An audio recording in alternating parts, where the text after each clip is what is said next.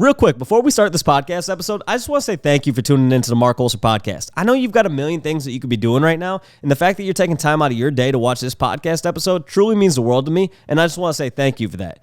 If you'd like to continue to support the podcast, right below this video, if you could hit the subscribe button, and then, hey, if you got some more time and you want to hit the download button, the comment button, the like button, the share button, any of those buttons, it's greatly, greatly appreciated. It helps for other people to find out about the podcast, and it helps for you to be notified about future episodes. So if you guys could take a quick second, hit the subscribe button, I would really appreciate that. Outside of that, this episode and every other episode is brought to you guys by Roast Umber Coffee. As some of you guys know, I co-founded Roast Umber Coffee, and we have the greatest farmers in Guatemala and Honduras and the greatest roaster in Grand Rapids, Michigan, all to bring you guys the greatest cup of coffee possible. So if you'd like to try it out, go to our website, use the coupon code MARC30, and you're going to get 30% off your coffee. Now on to the episode. Thank you guys again for tuning in. Welcome to the Marc Colcer podcast.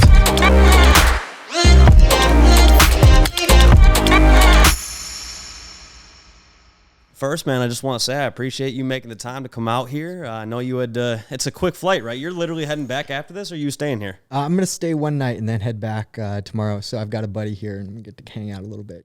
Check out my favorite spots. There we go. Kill two birds with one stone. So, so for everyone who doesn't know who you are, can you explain who you are real quick? Yeah. My name's Kyler Frisbee. I've been in the tech industry for 12 years. I actually was a pro snowboarder before, and without a college degree, ended up working my way up through like pizza delivery to Google, where I was like hiring PhDs for machine learning. Then transitioned over to Unity. I was the first hire by a guy named Danny Lang, who was the head of machine learning from Microsoft, Amazon, and Uber when he took the job to be VP of machine learning at Unity. We taught cars to drive in virtual reality, and I was in charge of scaling out the cloud services and the connected gaming software and engineering departments. And so that's where I met a lot of my co-founders for this project. And most recently, helped IPO Rivian. So I had truck number 300 off the line, and we did everything from internal operating systems to data gathering and entrance vehicles and all that stuff. Like everything that you'd need technically to operate your vehicle, I got to be a part of.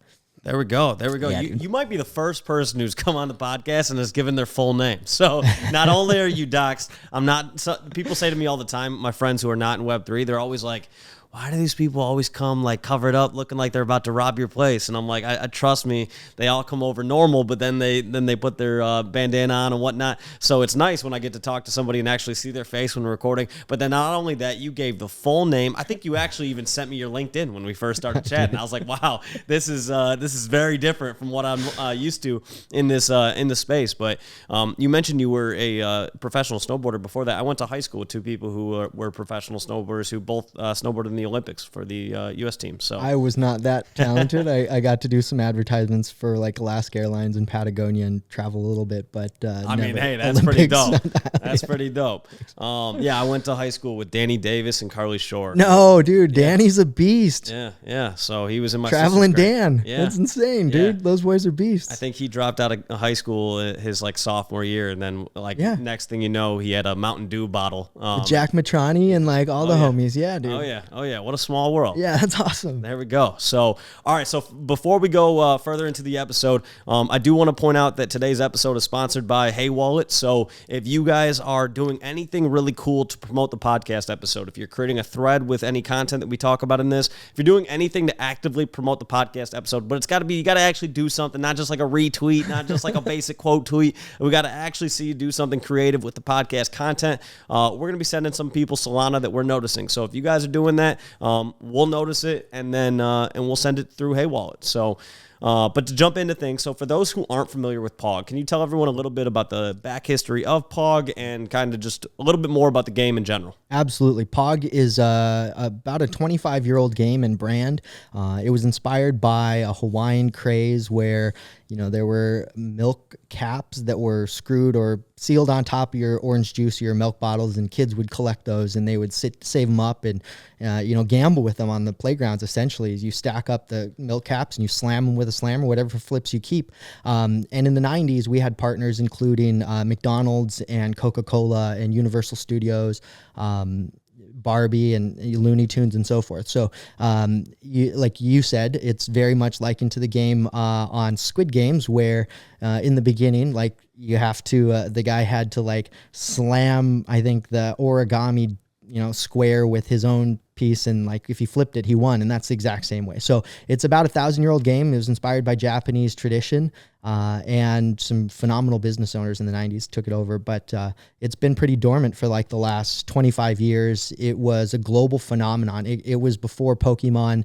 I think we sold, so I'm 35. I wasn't part of the company back then, but they sold, I think, 10 billion POGs in 35 countries throughout the 90s. And so we're just really excited to be bringing it back. It's the perfect vehicle for gaming and esports and kind of the Web3 space. So really excited. I mean, I could go into POGs forever, but I'll leave it there. Yeah, I mean, I think it's really cool, especially because I'm a 90s baby myself, so the nostalgia of, like, seeing POG. I remember the first time I saw you in a space, and I was like, wait, what? POG is in the Web3 world? And, it was definitely a blast from my past. It's, like, one of my earliest memories in elementary school, like playing POG and like just the excitement of collecting and things like that. So I was looking forward to this episode since I think we were first on a Magic Eden space together. But so how did you start working with POG on this? Yeah. So we IPO'd Rivian about November of last year, and I was starting to get a little itchy.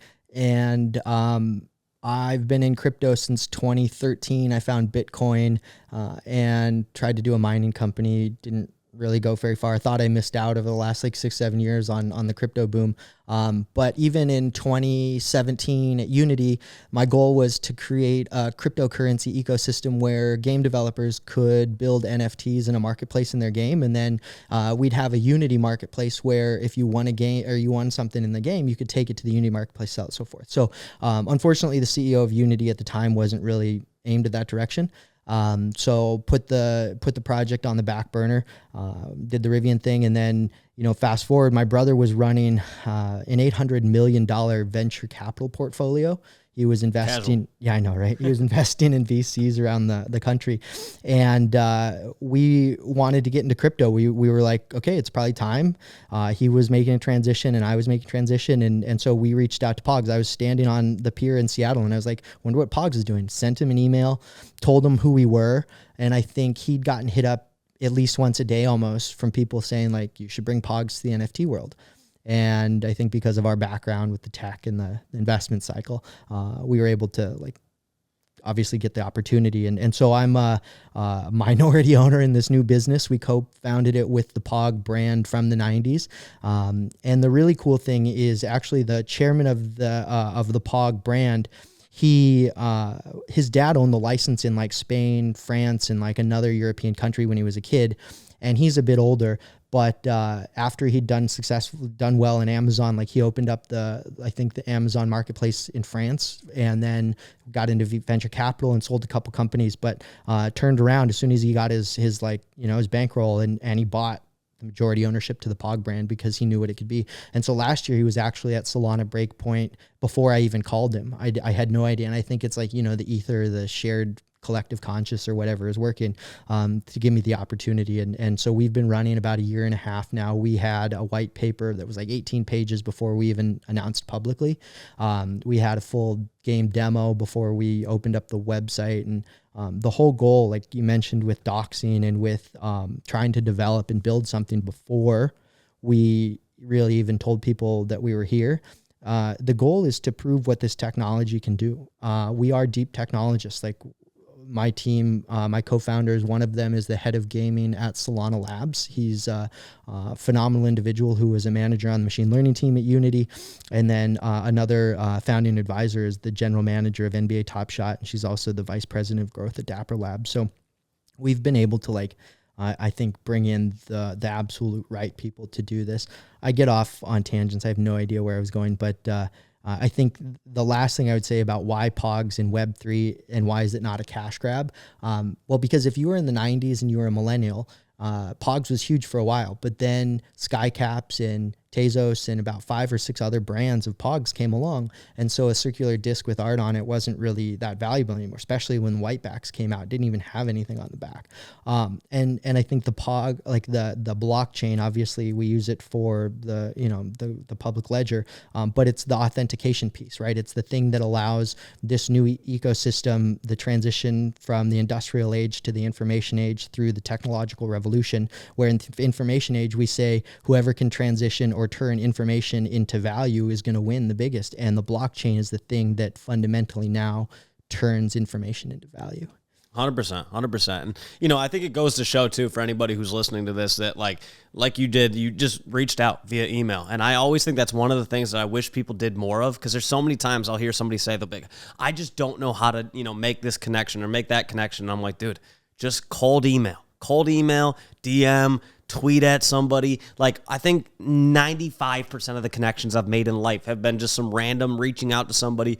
And if you've got something interesting, if you've got a value add that you can bring to that person, they're going to hear you out. And if they won't hear you out, it's probably not somebody that you want to work with to begin with. But like, it's not that difficult. Just reach out to somebody. You never know what could happen. And so, yeah, I mean, obviously you did that, and then look where you're at right now. So it's a cool position to be in. And like I said, it's just awesome to see the nostalgia of bringing back POG and bringing it digital and everything like that. So, thanks, but you started talking about your team there. So your team, you know, I was looking at the website. Everybody on your team is super successful. You guys have put together this team of basically rock stars in the Web3 world. And so how did you put together that entire team? What was the thought process behind some of the people that you brought on? And then where would you like to expand the team to? Yeah, absolutely. It's been probably the best ride of my life so far. After I got the approval from Julian, and my brother and I started working on the paperwork to create this new company, we went to a guy who I worked with back at Unity. He was building ETH projects in 2017 using Unity. He created this full MMO with he cloned the ETH chain and then forked it, and obviously he created a wallet and like all these game indexes and so forth. And then his boss at Unity at that time, or over like the last 6 years, one of his bosses has been Matt Sorg. And so Matt was creating a marketplace for NFTs back in 2017, 2018. And it didn't blast off like Magic Eden, but he's always been passionate. So when we finally got the green light, we told Matt.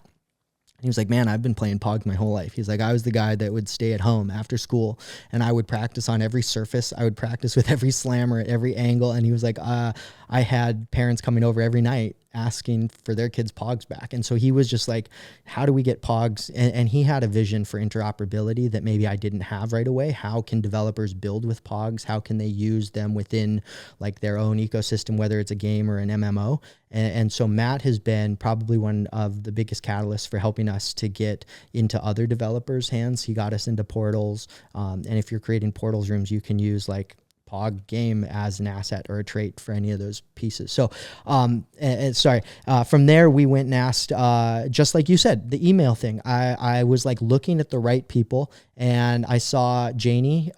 She was a VP at EA for mobile. She worked at Gala Games, and then she was the VP of growth at Dapper Labs. And so when I reached out to her, I wasn't expecting much, but she also had a big passion for POGs as a kid. And the unique thing I think is for Outcasts as a kid in the 90s, I was adopted when I was 9 months old from Korea into a small town in Montana. And I didn't have much of a rapport with my colleague or my peers until like 7, 8 years old, and we were playing POGs. And for Janie, she had the same situation. And so we were super passionate about that kind of combined. But then from there, I went out and was lucky enough to we started building, and the artist came to us, this guy, Brent Scotchmer. He's the number one owner or one of the world's top traders of non-sports trading cards in the world. And are you talking like Pokemon or? Yeah, exactly. Okay, yeah. And so he also does art for Marvel and Star Wars and the Garbage Pail Kids and so forth. And he's worked on NFTs, but never in the space, just creating art, never knowing what's going on. So when he hit us up, he was like, I want to revitalize POG, man. I want to be a part of this POG brand, because he was a kid just like us in the 90s. And so we were like, yeah, let's do it. And I mean, like the dude he's a workhorse. He is one of the most creative people I ever met. And so, yeah, the team has come together super organically, and we've been really lucky to have phenomenal talent, but we haven't taken any money. And that's the thing about us. We raised a small, modest raise to get a lot of things going in the beginning. None of us have sold a single asset. We haven't sold Pogger coin. We haven't sold our Pogs. And we only covered a bit of our, like the expenses that we had incurred in development with our first mint. And we've been able to get really far just on shoestring budget because of who we are. So I think that's really what I want to be out here doing, is like showing my face, telling you exactly who we are, why we're doing it, where we are. And you as the consumer should get used to having that transparency from projects. I think, I understand safety is a thing. My argument is there's way more valuable Web 2 CEOs who aren't as concerned about their safety, right? Like guys that are building billion-dollar companies that are way more accessible than our Web 3 counterparts. And I would ask, like, is it 100% necessary? I think, yeah, it's where we came from. I love it. I want if my users want to be anonymous, fuck yeah, dude. Like, I'm going to make sure that you can be as anonymous AF and do your thing. But just personally, if you're going to be putting a lot of money into a company, and especially moving forward, I think you have the right to know who those people are.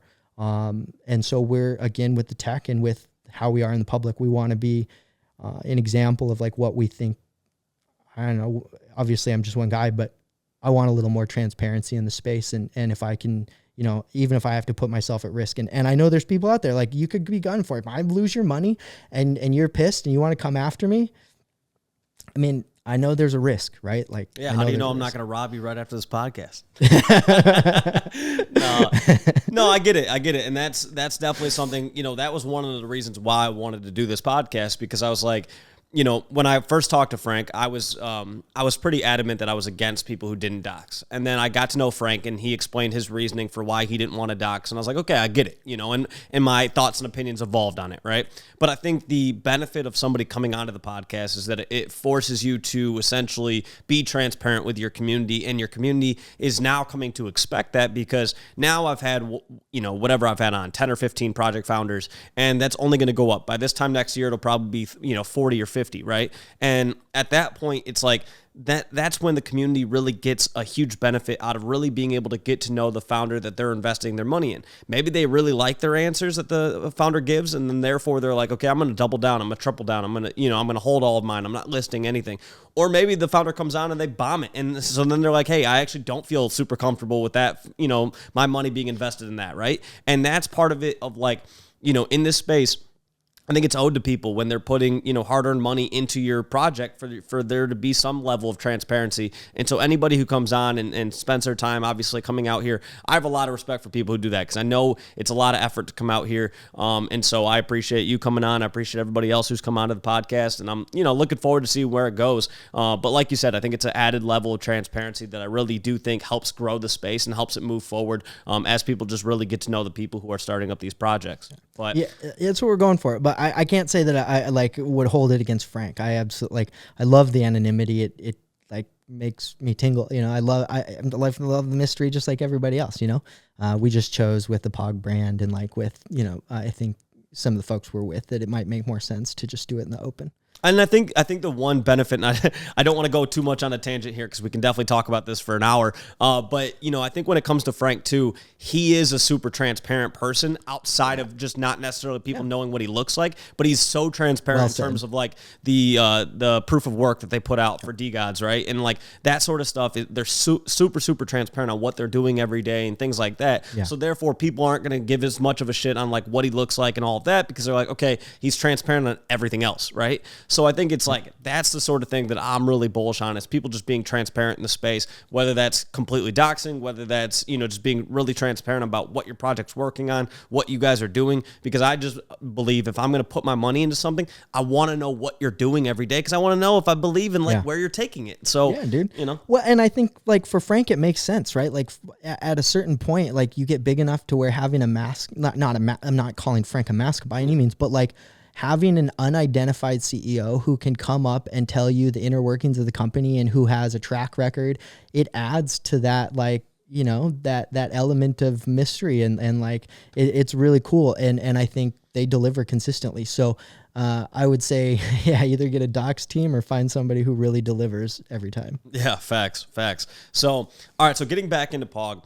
So how do we get people to care about POG who aren't familiar with the game? Maybe there's somebody who just didn't play back then. Maybe there's somebody who straight up wasn't born back then. Yeah. So how do we get, you know, if somebody's watching this and they're like, I don't know what POG is. I don't have any nostalgia factor there. How do we get those people to care? I think, yeah, there's a couple ways, and through gaming and through physical releases and through tying the generations together, right? So we ran a test run for 2 months of physical POGs being resold in different countries before the pandemic, and we sold more POGs in those 2 months than any 2 months in the 90s. And it's because millennials are seeing them on the shelves. They've got the money now, and they can buy them for their kids. The stories I hear of like parents buying POGs for their kids is pretty overwhelming.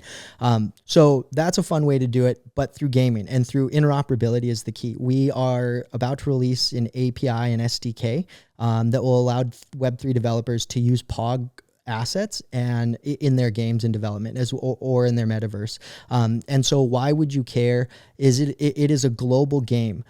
Your millennial friends will very likely have POGs if we are successful in their wallet and maybe in their pocket.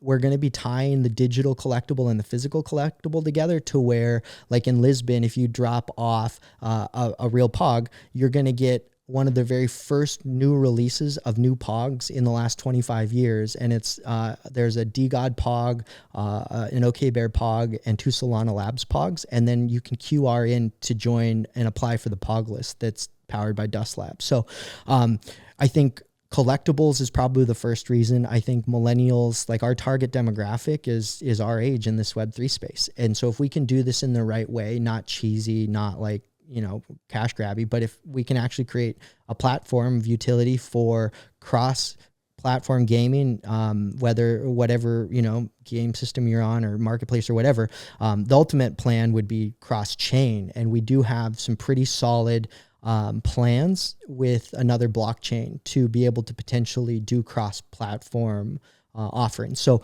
I would say, why would you care about it? Because the people who are older than you care about it. If you don't know about POGs, you missed out on a very culturally relevant phenomenon. And so ask anybody who was a kid between 5 and 15 in the 90s, like what POGs are, or if they remember POGs and Slammers or Tezos or Melt Caps. And the reality is that like 70% on this planet will probably remember.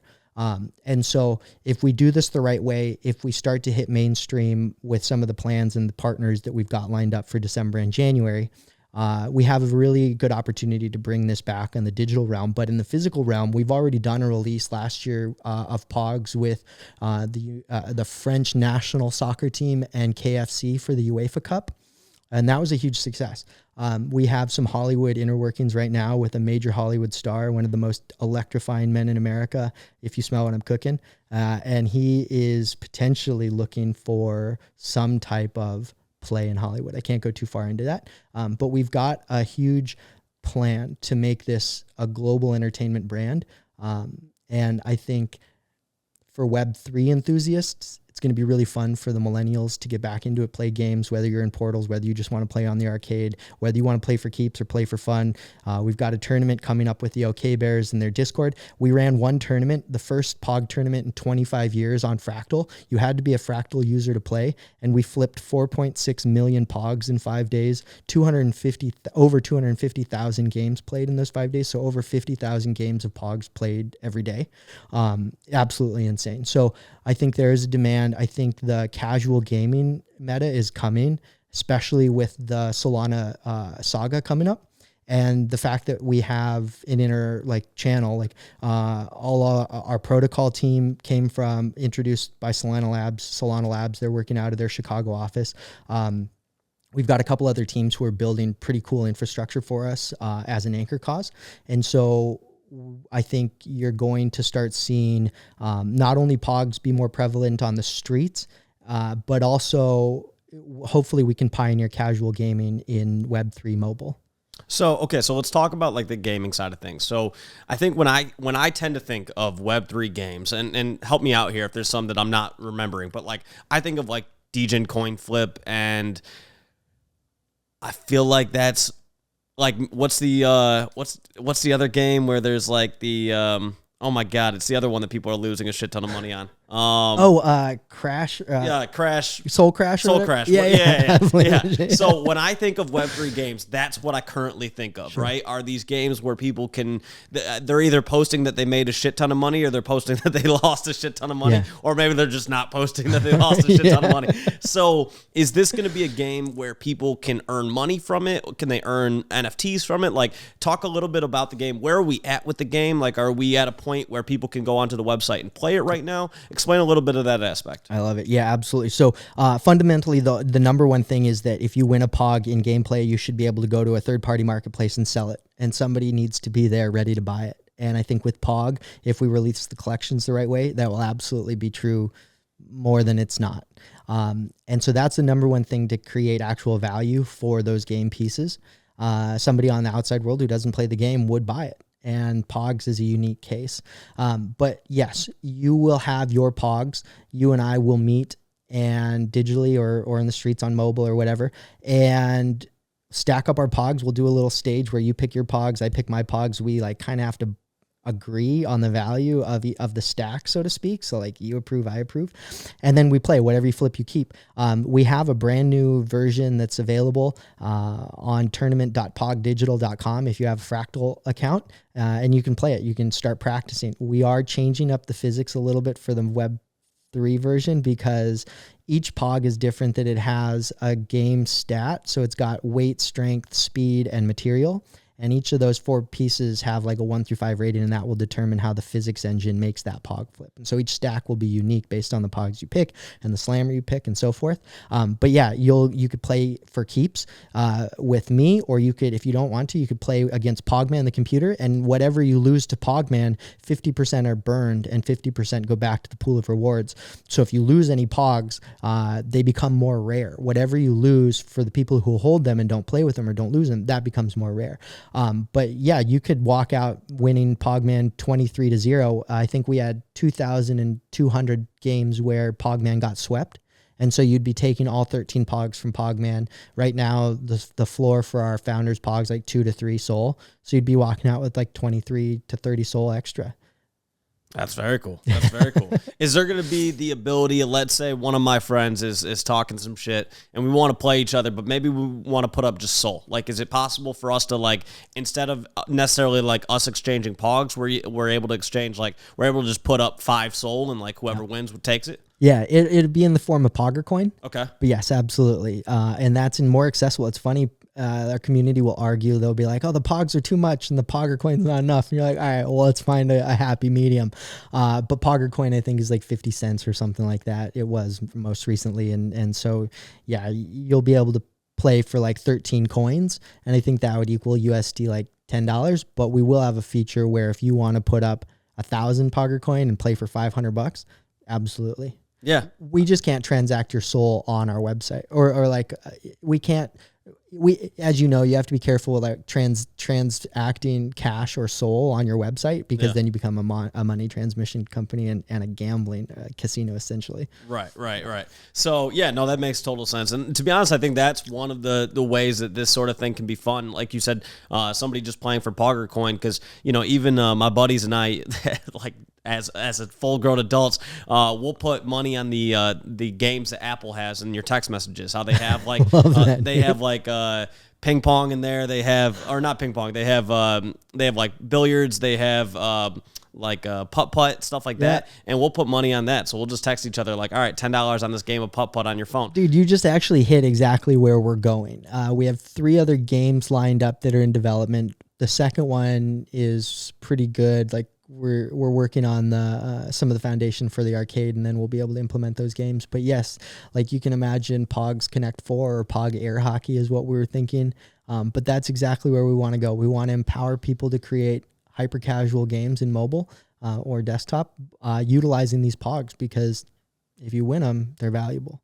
Yeah, so let's get into, so as a holder, do I benefit from people playing the game? Like, I know that one of the reasons why some of these, like DJ and Coin Flip and stuff like that, is that some of these games have NFTs that are associated with them, and then sometimes people are getting a rev share from that, right? Yep. Obviously, that gets into security laws and things like that. I understand some of these projects are not founded in the U.S. and therefore don't give as much of a shit. But for you guys, is there a benefit to your holders if people are playing more? How does all of that work? Yeah, absolutely. It's a really organic rarity system. So let's say you buy a POG and it's Tasmanian Devil POG, and there's 500 of them out there, and you're just a hodler, you're not playing. So you wake up in the morning and the rest of the world played with all 300, or like 300 of the 500, and let's say 200 of them were lost, right? So all of a sudden that just went from a 500 supply to a 300 supply, and that'll continue to happen as people play with these POGs. So for just being a holder, your POGs will go up in rarity. And that's what's unique about the OK Bears collection that's coming out of the OKB collection, where they will be burnable for the first time. So yes, just as a holder, you will have your assets become more valuable based on other people playing the game. And I think it's a really unique way to incentivize holders, without having to try and skirt the security laws. Will people know if theirs becomes more valuable? Absolutely. So part of like when you're in the game, you'll see the ranking, the rarity, the supply of your POG, as well as like the power. And I think all of those ratings will add up as you pick which ones will go into the stack. So there'll be a number of different like metrics that you can analyze. There to we make go. Those decisions. Yeah. There we go. So you just talked about your collaboration with OK Bears. Can you talk about just kind of what the thought process is behind your collaborations, what you guys want to do? Like in a perfect world, how do you see collaborations working with POG and other projects in the future? Absolutely. Very similar to the way that we did in the 90s. Remember, you and I'd go to we'd go to McDonald's and get a Happy Meal, and there'd be a POG, like a Universal or a Back to the Future POG in there or whatever. I foresee that happening the exact same way. We've got a number of artists and brands that are ready to jump into the physical POG world again, as well as the digital POG world. And it's about proving to the number of businesses that want to, or that are even on the, even those ones that are kind of, how well we can do this and really just showcase what's possible.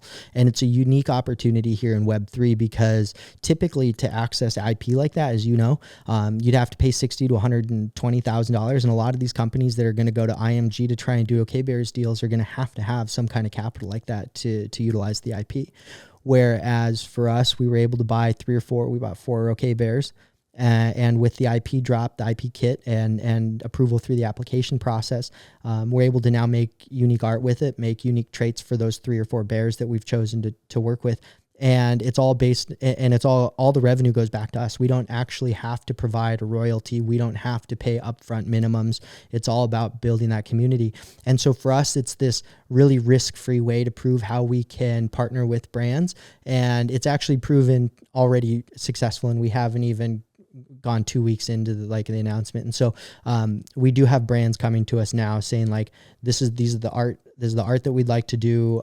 These are our logos. How would you be able to incorporate that? I don't want to like put anybody on blast, but one of the oldest Solana projects that, Justin Kahn and a lot of these folks are a part of, is really, really pushing, but they have 2-bit, 3-bit art or whatever, 8-bit art, whatever it is. And Pogman was like Pog art just doesn't necessarily have like low bit art yet. So we're figuring out how that might work. But yeah, it is a proof of concept for the companies like Nike and the companies like Adidas who aren't sure about going back into the Pogs ring yet. But as we show them what we've done with some of the most like relevant Web3 branding, our goal is to prove to Hollywood that like we haven't lost our touch. There we go. That's dope. That's dope. So can somebody play if they don't own any POGs? Like how does that work? And what's your onboarding process like? If somebody's watching this, they're like, I don't have any POGs. I've never played the game before, but I want to learn and I want to get more into it. How does that all work? Yeah. Jump on tournament.pogdigital.com, grab a Fractal account, start playing for fun. Jump into our Discord. We have game nights where like we'll screen share and we'll do tournaments and stuff, and people can win POGs by beating me, and they get a new role for beating me. But it's really just engagement to prove the concept of how to throw a POG party. And we really see that happening. So if you want to check out this project, I would say jump into the Discord. I'm there every day, spend most of my time in Discord. Our mods are amazing. Our mods are actually all volunteer mods. And I know a lot of projects get a lot of heat for not paying their mods. Our mods are some of the biggest whales in our projects. And I think the ability for them to really contribute and kind of steer the direction of the conversation is meaningful to them. And so I would almost say that has been more beneficial than trying to like give an opportunity to somebody who wants to be a mod.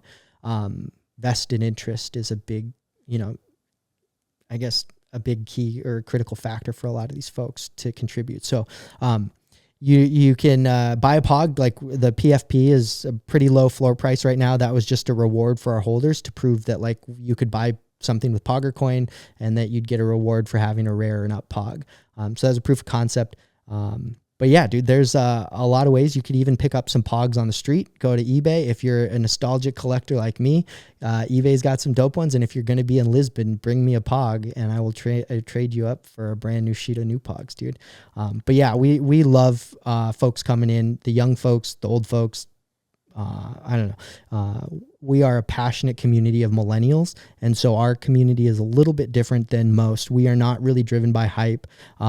We really do take care of each other. We really do talk about like not life challenges necessarily, but like real life stuff. And it's cool to be a part of a community of older folks who are passionate about Web3 and passionate about gaming, and are really smart about this. That's the thing I didn't realize. Like coming into the space, you always like being in tech, you're a software engineer, you kind of think you're the smartest guy in the room. But that's everybody here is the smartest guy or gal in the room, right? So it's an industry of brilliant people. So anyways, man, super hyped about new people joining. So sorry to go on the tangent. No, I love it. I can tell how passionate you are. The one thing I would recommend, and this might be something you guys are already doing, but I'm just going to spitball an idea here, is that one of the things when it comes to gaming, and I just think NFT projects in general, one of my frustrations a lot of times is I feel like sometimes it's like so difficult to know how do I get involved with this, right? Yeah. Like for example, I had on a few months ago, I had the Remnants team on my podcast, right? And so I went on YouTube and there was a video for like how to play the Remnants game, and it was really, really helpful. Perfect. Bison came out with that. It was great. I linked it in the description of the podcast video and it was really helpful, right? So I learned how to play the game from that. I think one of the things is if projects can really make it super simple for people to understand. So for example, if there was a website where it's like, maybe it's just like one link that you guys always use, which is like howtoplaypog.com, right? Sure. And it's like a really basic, like maybe there's a tutorial at the beginning and then somebody can just play POG without earning anything, yep. But they can just play the game and learn how to play the game. And therefore they can fall in love with it and go, okay, shit, now I want to play this with some actual, like something on the line. I want to be able to earn some POG. Like I want to be able to, whatever it is that they can do. I think that would be a really great way. That way, every time you're on a space, anytime you're tweeting at somebody, there's just a really quick link of like, hey, if you're unfamiliar with us, go to this link. This is the tutorial. Then you can play the game for fun. You won't earn anything, but it's just a way for you to learn how to play the game and stuff like that.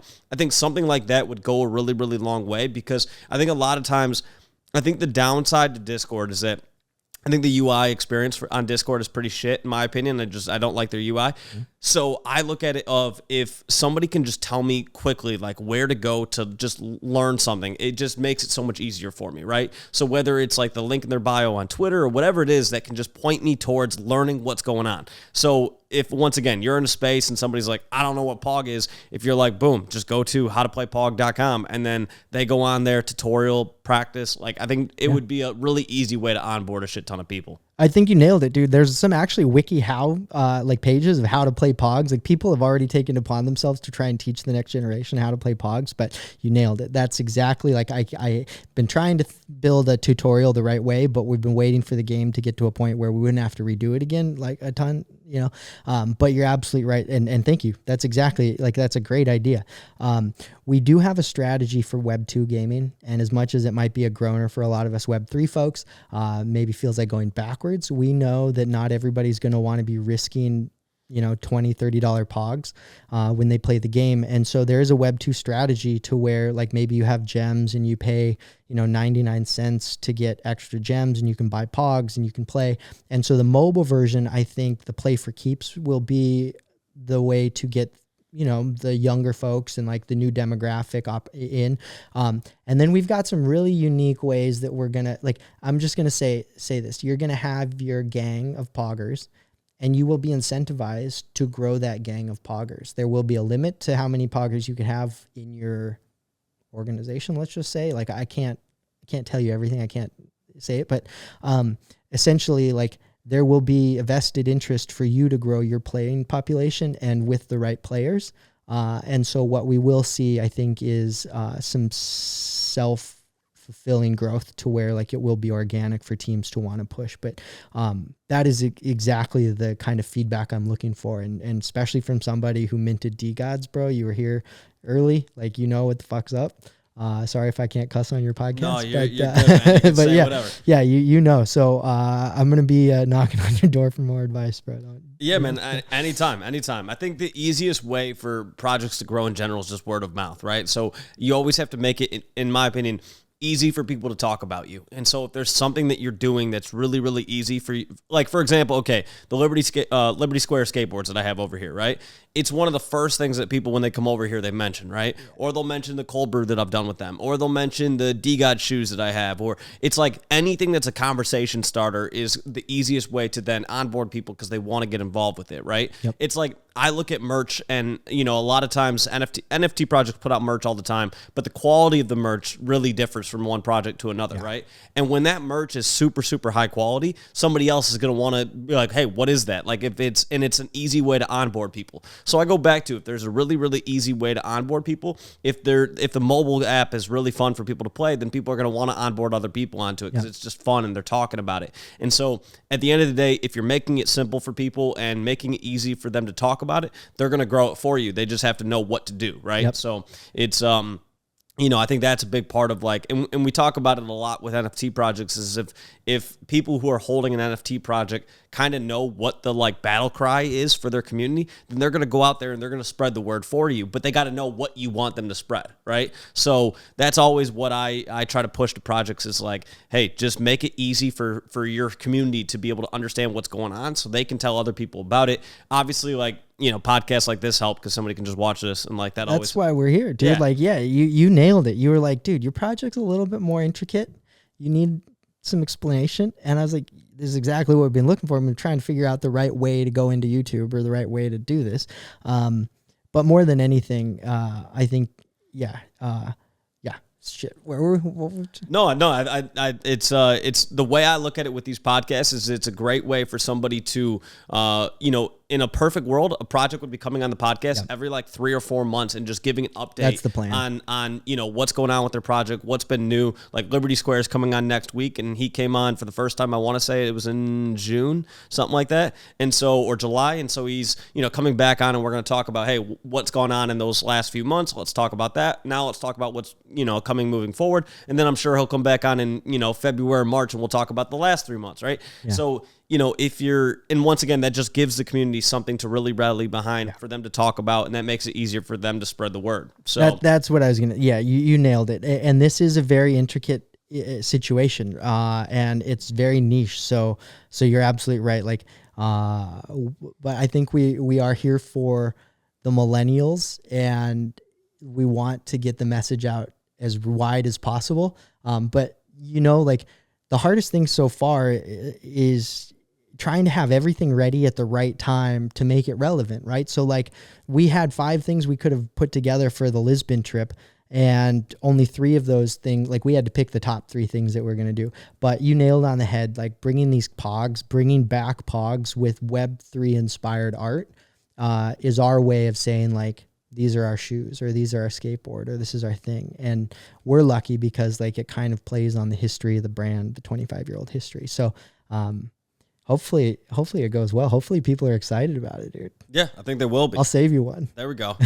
So do you have a plan for a physical game, like bringing back the physical game? I know obviously it was huge back in the 90s. Then, it kind of gets, people start kind of coming from the market territory. But where are we at with the game? Is it going to come back? Are we going to have updated versions? Yes. So my niece and nephews and all the kids in my life are playing POGs again, because, like, I bought a bunch of POGs and we hand them out, and I think they're small games. But yes, this is going to be a big push. Like, we're talking Hollywood multifaceted developments. We're talking global distribution of POG products. We're talking like moving into even higher level collectibles that maybe like the artist who wants to like compose the next Pogman statue, his smallest pieces go for 14, 15 grand. His museum pieces go for like $1 million to $2 million. And so POG is like, we'll see where it goes with the physical stuff, but yeah, absolutely. We're pushing it all. And I've been thinking about ways to put our like NFC chips in the physical POGs, and not in all of them by any means, it's too expensive. But like if we had a tournament set and like we had an esports, like maybe so we've got some esports plans coming up for next year. And at those esports events, we could have physical POG games to where like whatever you flip, you keep, and it's correspondent with like actual POGs on the blockchain. So we really are like trying to figure out how to do that. And then also on like a non-value thing, like how do we incentivize children with academics using like a really high supply of either digital collectible or physical collectible like POGs, to really like inspire and I mean, not bring kids into gambling by any means, but like give them collectibles and things that we loved as children.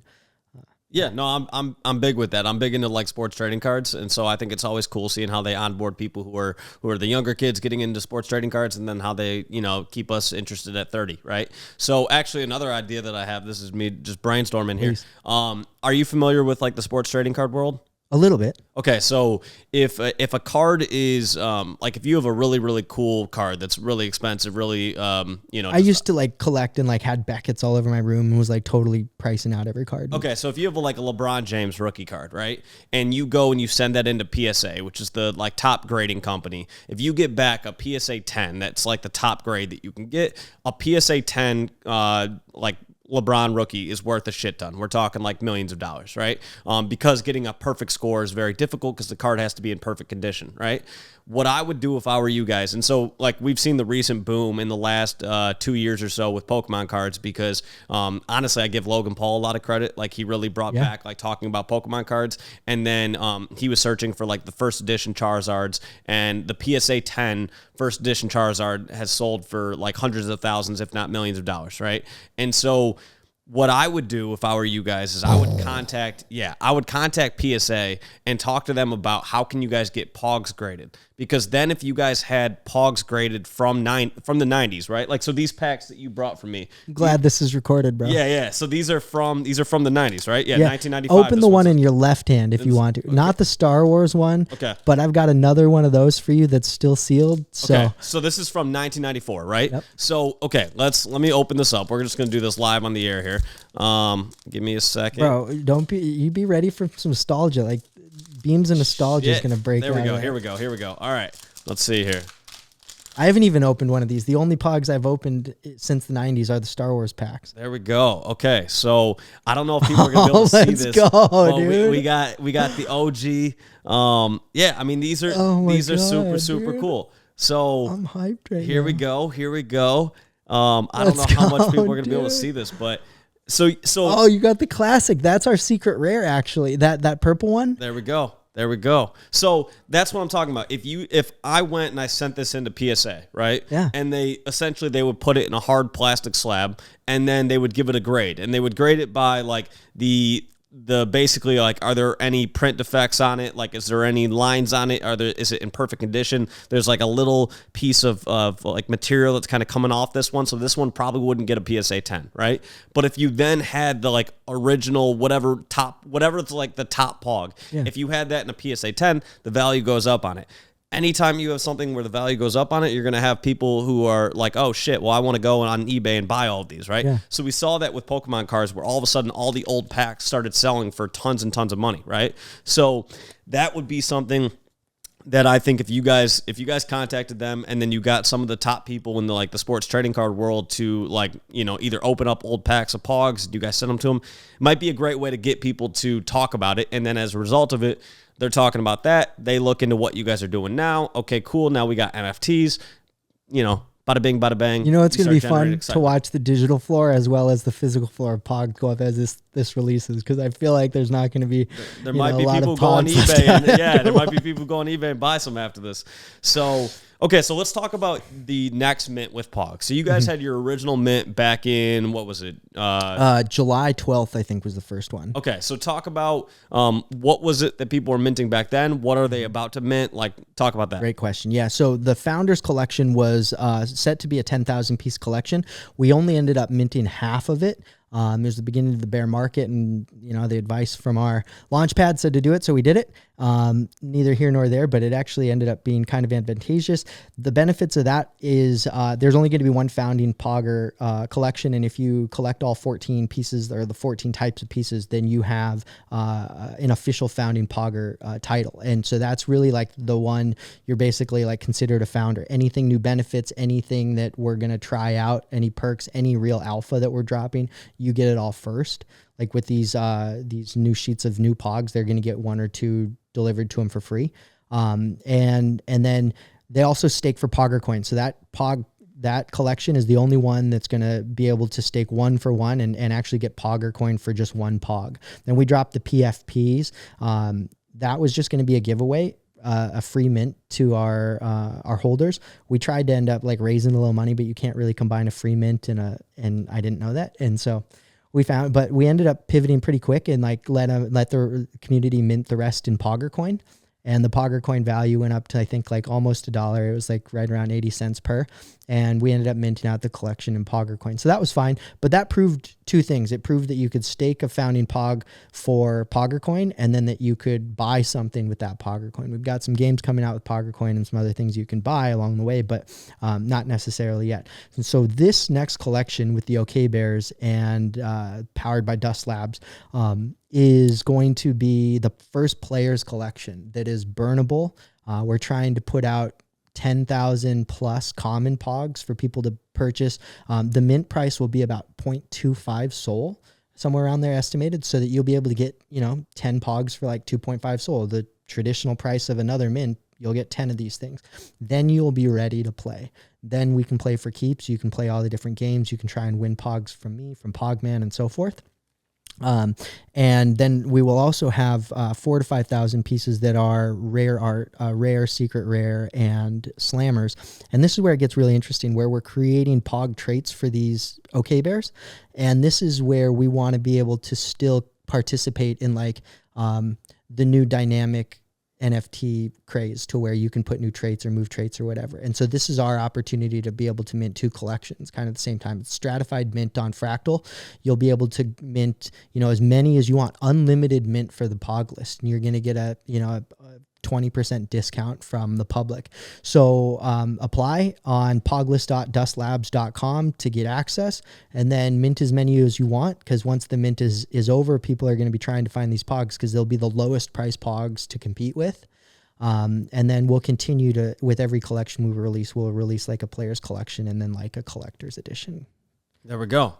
So, all right. So in a perfect world, like where do you want to see the POG project go? Like a year from now, if we're talking about it in a perfect world, where do you want to see it? In a perfect world, in a year from now, you're going to be able to do a number of things. If you're a developer, you're going to be able to utilize our SDK and our assets right in Unity through a plugin, to where if you have a game that you want to build, whether like you can rearrange the traits. You could take all of our metadata and create a spaceship with it, based on the metadata we have. Like you can assign different traits, different things. So anyways, basically we want developers to be able to build with it. We want metaverses to use it as a gathering place. We'll have tournaments as a service, to where if you're a community or a metaverse or something, you can hold a tournament, a POG tournament, with all of the infrastructure that you need to keep track of them or their team or whoever, and then pay them out as well. And then the physical, like moving into the mobile, to where like we've all got our Solana Saga, or whether by then it's Apple and Android. We can play pogs, we can do our thing, and then maybe we've got like treasure hunts for pogs as well, like geographic treasure hunts, to where if you go to the right place or you click a cupcake NFC chip, you get a new POG or something like that. So we could mix in Pokemon Go, to where it's geographically based treasure hunt. We can mix in the casual games, but my big vision is that game developers like Mythical Labs and Skills will be creating hyper casual games with POG assets, because it is an IP. And hopefully by then we've proven out with a number of different partners what we're capable of. There we go. There we go. I'm excited for you guys. I mean, I think it's cool, once again, the nostalgia factor, and then even just sitting here brainstorming with you too. I love doing that, and I'm excited to see where you guys take it. I'm glad it's recorded. Yeah, exactly. So, all right, so here's your chance to drop some alpha. So for anybody who's currently holding one of the founding collection, or if they're debating buying some, or if they're debating getting in this next drop, here's your chance to drop some alpha. Or if there's anything you just want to say to the people who are already holding, anything you want to say to everybody, this is your chance.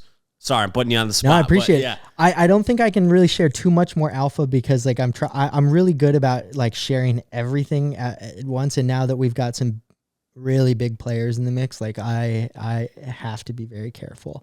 And so I probably would just say like, keep an eye out after the OK Bears mint. This mint, the whole goal is to push Solana forward. Our whole thing is to try and be an example of what is possible in this space. So we're really honored to get to be one of the first projects that's using the OK Bears IP. Really, really excited to be partnering with Dust Labs. We had a cool spaces just yesterday. Sorcerer and a couple of folks from Dust Labs, and then OK Bears and Kais and Fractal and our protocol team, and then our team as well. And we were all on the spaces together, and to get to hear Kais and Sorcerer go back and forth just about partnerships and about conversations, just to hear kind of two big heads. It was really cool. But that is essentially what we were trying to do, is bring people together. We started with millennials in the space. We wanted to build up our community with anybody who had POGs. So you had to, if you wanted to join the POG list in the beginning, you had to take a picture of your physical POGs and show it on Twitter. And so we really want to give back to the people our age who went through that experience, because it's a beautiful shared experience. Like the fact that we remember POGs and it was our social currency is really fun to bring it back. But I would want everybody to know, whether you're a holder or not, that we are building as hard as we can to prove what is possible with this technology, and not just at a money-making level, but a level of utility and a level of buzzword interoperability that we haven't seen yet. We really want to, like, we carry kind of the ethos that we had at Unity. We are democratizing game development. We're making game development possible for anybody who wanted to. You didn't have to be a big game studio to create a new big game. You could be from your mom's basement and create something on Unity. And that is kind of come through because 4 of us are from there. And so we really do believe in taking this asset, taking this brand, creating whatever we can for the people who want to enjoy it now, the consumers, the gamers, and so forth, and to try and show this fun thing to the younger people. But more than anything, we want developers to be able to build with it. Like, this is my opportunity to deliver a technology that I've believed in for the last 5 years, which is like, interoperability in Web3 gaming. And so for me to just get to do that every day, to have not only developers, but people to talk to and to really like move this forward, ideas come in every day and we implement them immediately. And so that's my joy. But for anybody who's out there, just know, dude, like, we take this more seriously than anything. I take this as serious as Marc does. Like, Marc, if you guys could see this, his whole living room is based around this podcast. And I can tell that his life is based around this grind. And the fact that we've built a rapport in spaces, the fact that you are leading so many conversations throughout the week, and the fact that you have become a staple and anchor in the space is not by fluke. It's not random luck. It's not that you were in the right place at the right time. Like, you look at this and you know this is a dude in the grind. And I hope people, if they're hearing this, if they see this, just hopefully you see the smoke of battle coming off our shoulders. Like, we do not rest. Like, this is not a game to us. We will never laugh at you when you talk about your money, so to speak. Like, I was a banker before I got into this. And like, I got to learn, I'm so lucky, as boring as it was, I got to learn how to be really professional about people's finances. And I would see people struggling, like 80-year-old woman coming in who's living on welfare, and see the bank, like, she overdrew like $6, so the bank deducted $600 all of her check. Like, that kind of shit, that kind of injustice is just like, it will destroy you. And so to learn how to have care and like compassion in those moments, I think is a really big blessing in this space, because people are unfiltered as fuck. Like, they will say whatever they want in your Discord in front of all your community and like have no fucking shame. And so Gary Vee says, go with kindness, right? Like, the leader that answers that with kindness is the one that you want to follow.